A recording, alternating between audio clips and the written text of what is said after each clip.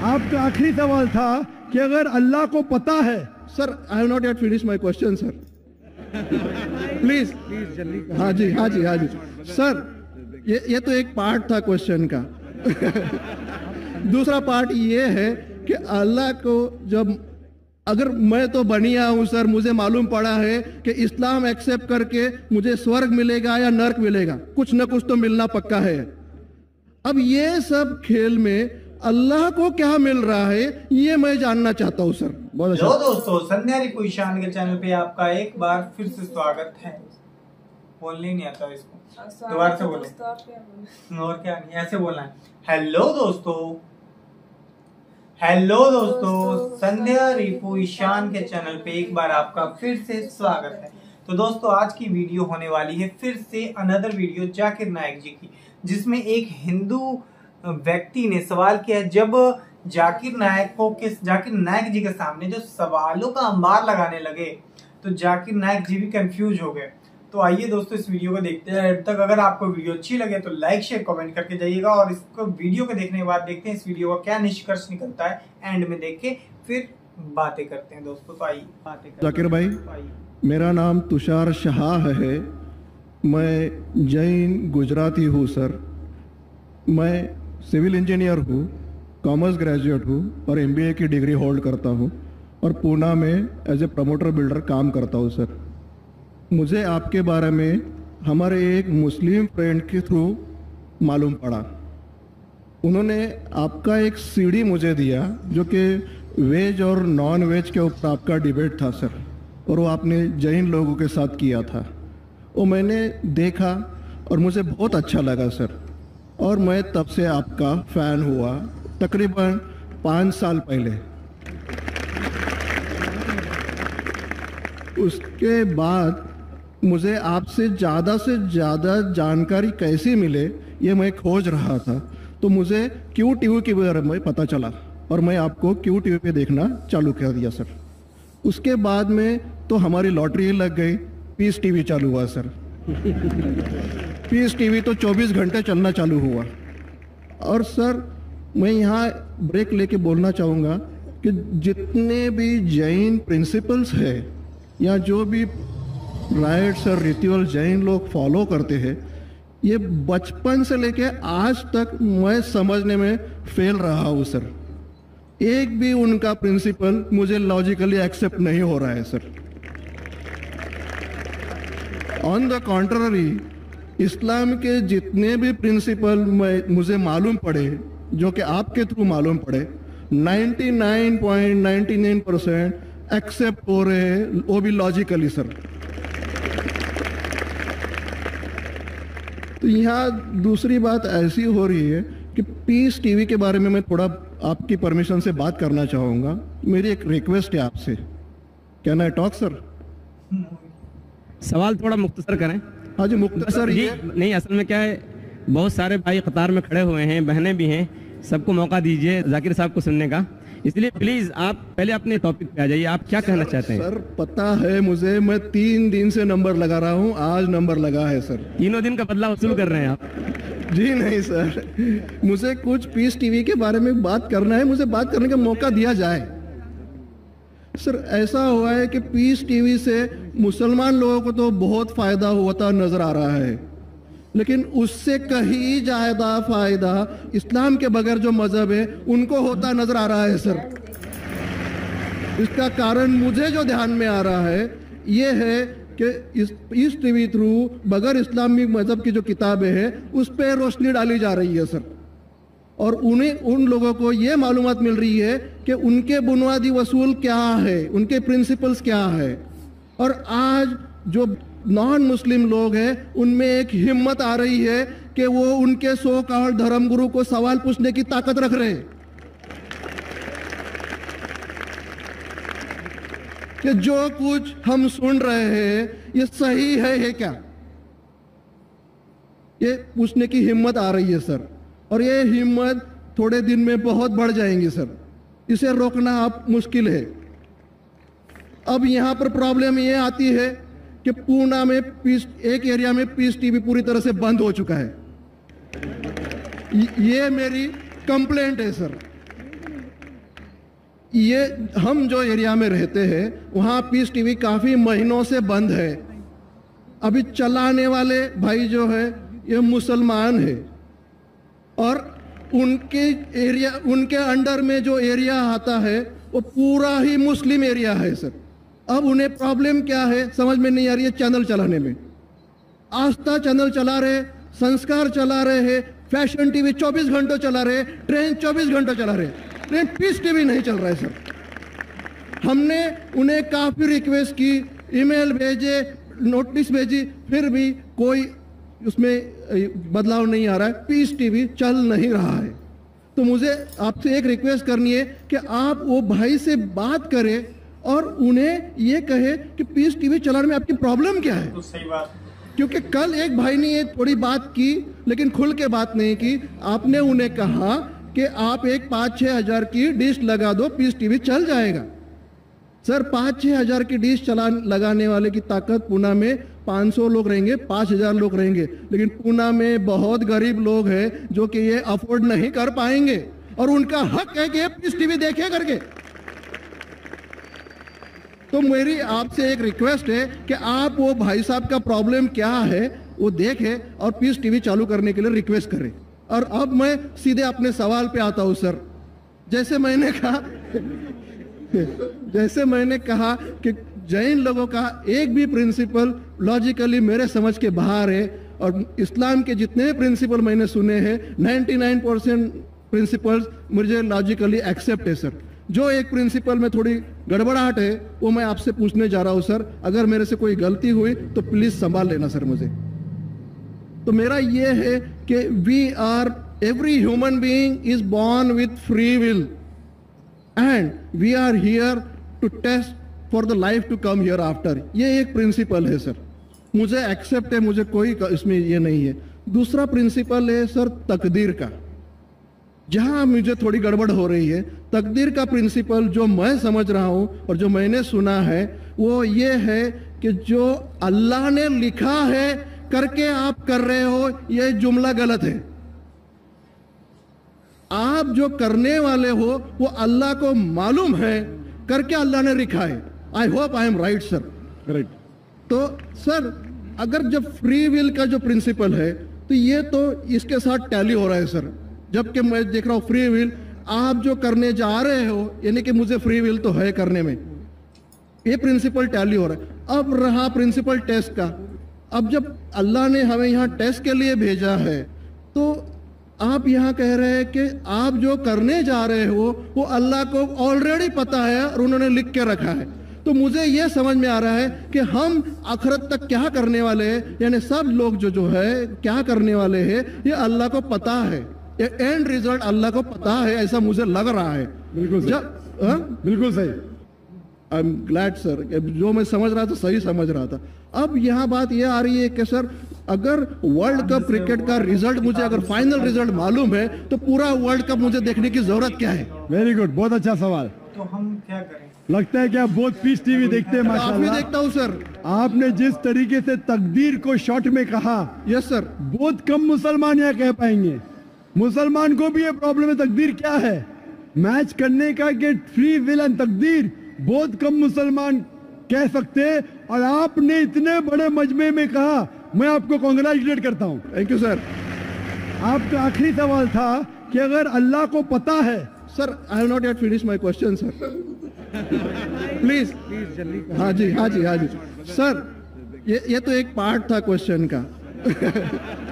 दूसरा पार्ट ये है कि अल्लाह को जब अगर मैं तो बनिया हूं सर, मुझे मालूम पड़ा है कि इस्लाम एक्सेप्ट करके मुझे स्वर्ग मिलेगा या नर्क मिलेगा, कुछ न कुछ तो मिलना पक्का है।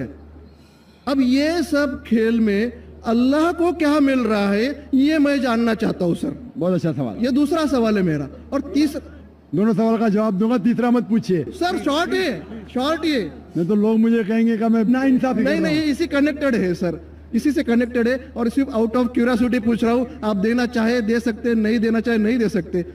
सर हमारा फैसला कैसा होने वाला है ये तो मुझे पता चल गया कि डूज और डोंट्स कुरान में लिखे, फॉलो करो, आपका फैसला हो जाएगा। लेकिन जो जानवर एनिमल्स जो है एलिफेंट्स, ये जो जो जो भी जानवर है, इनका फैसला अल्लाह कैसे करने वाले हैं, ये मुझे जानने की क्यूरियोसिटी है। आप देना चाहे दे सकते तीनों हैं, जवाब नहीं दिया दूंगा, कोई- मुख्तसर सा दूंगा। आपने बिल्कुल सही किया तकदीर के बारे में। आप पीस टीवी देख रहे हैं, वहां से मालूमात सही मिली। आपके जो 3 सवाल थे, पहला सवाल था अल्लाह जब जानता है ये सब होने वाला है तो ये खिलवाड़ क्यों होता है ना, कठपुतलियां। जब अल्लाह ताला सब जानते हैं तो हम लोग क्यों ये रचा रहे ड्रामा? डायरेक्ट क्यों ना मुझे जन्नत में डालता है, डायरेक्ट क्यों ना दोज़ख में डालता है? बहुत अच्छा सवाल। सबसे पहले ये सवाल कि अगर अल्लाह सुब्हाना व तआला आपको बोलेगा अच्छा ये आदमी अच्छे काम करने वाला है, इसको जन्नत में डाला, ये आदमी बुरे काम करने वाला है, दोज़ख में डाला, और डायरेक्ट अगर दुनिया में आने के बिना जन्नत में डालेगा, दोज़ख में डालेगा, जन्नत में वाला तो एतराज नहीं करेगा, दोज़ख में डालने वाला कहेगा आप मुझे दोज़ख में क्यों डाल रहे, मैंने क्या गुनाह किया? अल्लाह ताला कुरान में ये लिखा है आखिरत के दिन में आप अल्लाह से ये नहीं कहेंगे क्या वो नाइंसाफी कर रहे, आपके जिस्म आपके खिलाफ गवाही देंगे, आपके फेवर में गवाही देंगे, आपके आंख, आपके हाथ, आपके हर जिस्म के अंग अंग आपके फेवर और खिलाफ में गवाही देंगे, आपके आगे सब कुछ स्पष्ट रहेगा। तो आप अल्लाह से ये नहीं कहेंगे कि आप मुझे दोज़ख में क्यों डाल रहे हैं, आप कहेंगे मुझे और एक मौका दो। अल्लाह कहेगा टेस्ट खत्म हो गया है। अगर डायरेक्ट आपको दोज़ख में डालेंगे तो आप कहेंगे अल्लाह ने, मिसाल के तौर पे अगर टीचर जानता है कि ये स्टूडेंट को फर्स्ट आने वाला है, ये स्टूडेंट फेल होने वाला है, अगर डायरेक्ट बोलेगा नो टेस्ट, आपको पास किया, आपको फेल किया, पास करने वाला इतराज नहीं करेगा, फेल करने वाला बोलेगा अरे आपने फेल क्यों किया मुझे, अरे आप तो बुद्धू है आपको, लेकिन फेल क्यों किया, इसलिए टेस्ट लेता है। अल्लाह ताला जानता है लेकिन आप उस पर एतराज नहीं किया आखिरत में, इसलिए टेस्ट ले रहा है।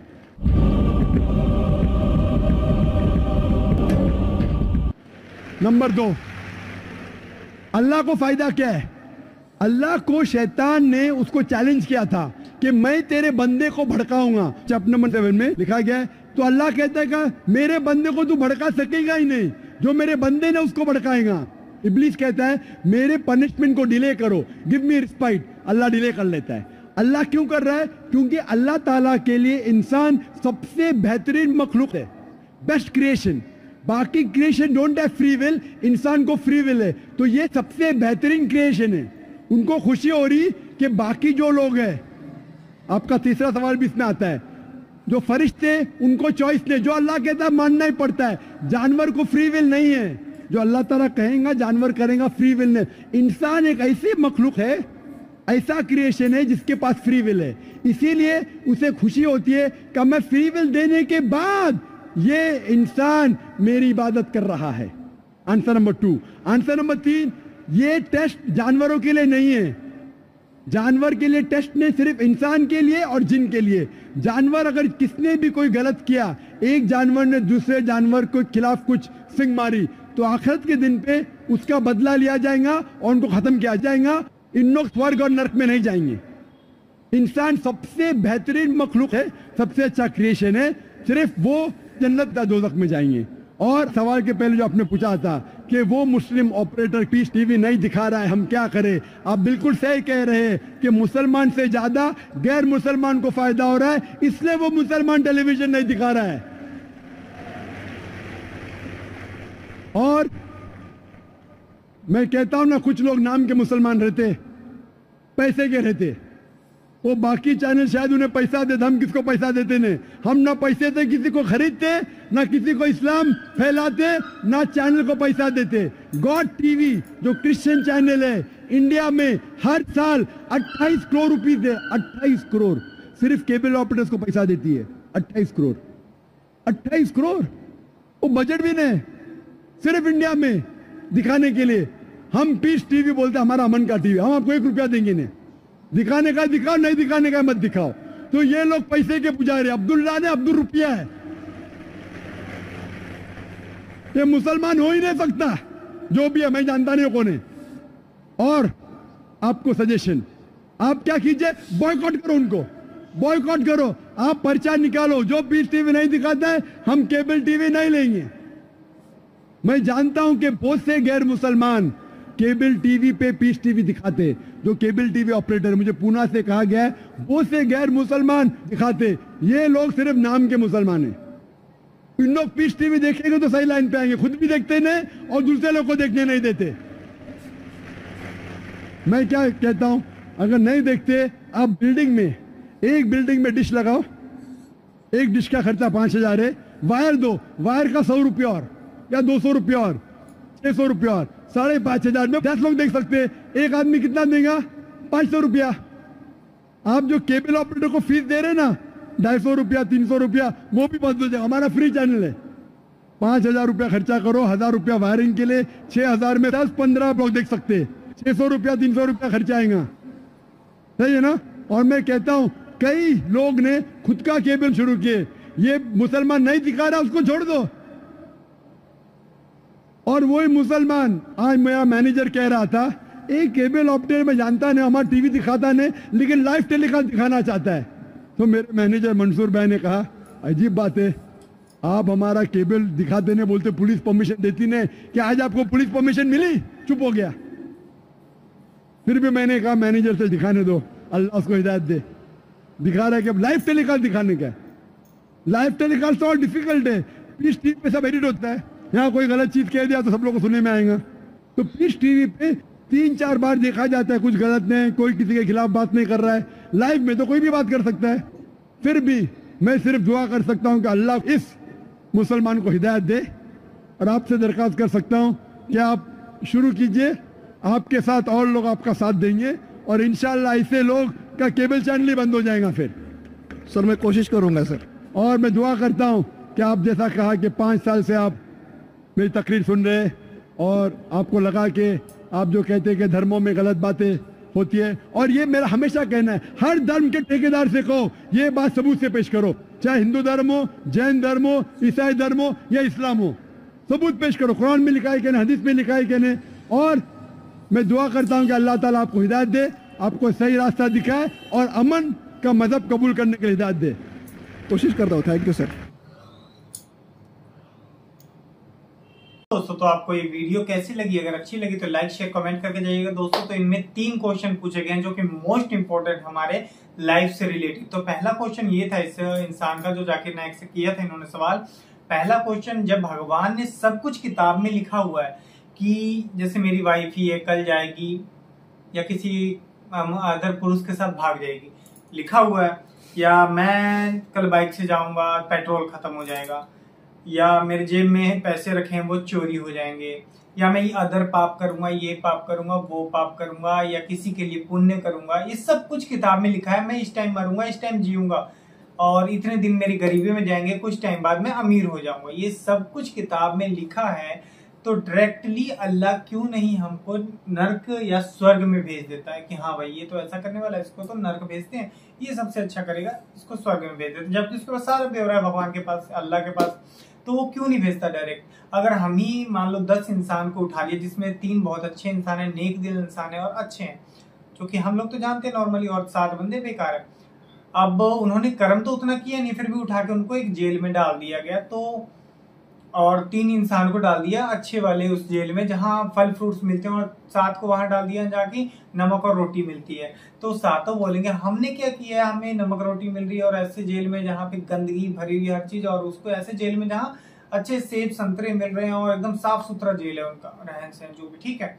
तो ये सवाल जायज है, तो भगवान और अल्लाह भी इस पे कोई जवाब नहीं दे सकता है, क्योंकि उन्होंने डायरेक्ट जन्म लिया और अपने कर्म जो देख ली किताब में उस हिसाब से डाल दिया।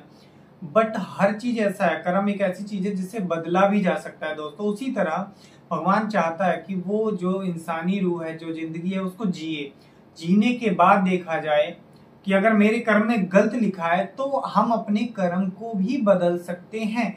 यानी कि मैडम परीक्षा ले रही है 4 बच्चों का, एक बच्चा नालायक है बिल्कुल, 3 बच्चे बिल्कुल सही हैं, जानता है कि तीनों फर्स्ट आएंगे, यही है जो फेल होगा, मुझे पता है, वो कंफर्म होता है, मैडम बुद्धि होती है इतनी, वो तुरंत बताती है इस बार भी फेल है। लेकिन क्या पता वो बच्चे के मन में उस टाइम क्या चल रहा हो, क्या पता वो 2 दिन में क्या कर ले, कुछ ऐसा अजूबा कर दे कि वो उनसे ज्यादा नंबर ले आए।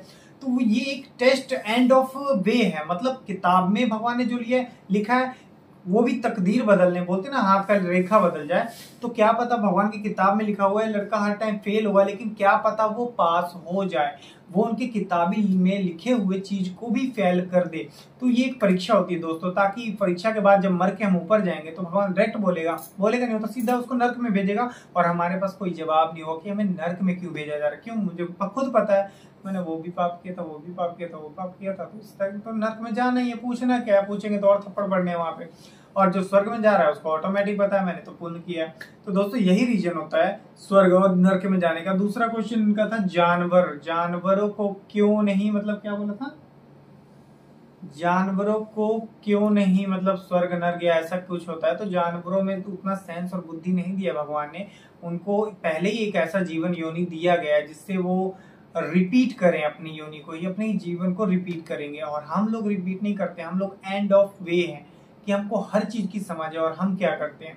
तो दोस्तों अगर आपको ये वीडियो अच्छी लगी है तो लाइक शेयर एंड कमेंट कीजिएगा। अगर आपको किसी अनदर वीडियो पे रिएक्शन चाहिए तो कमेंट कर सकते हैं आप लोग। इस वीडियो का लिंक या वीडियो का अच्छे से नाम दे सकते हैं कि इस टाइप की वीडियो बनाएं। ओके दोस्तों, एंड बाय।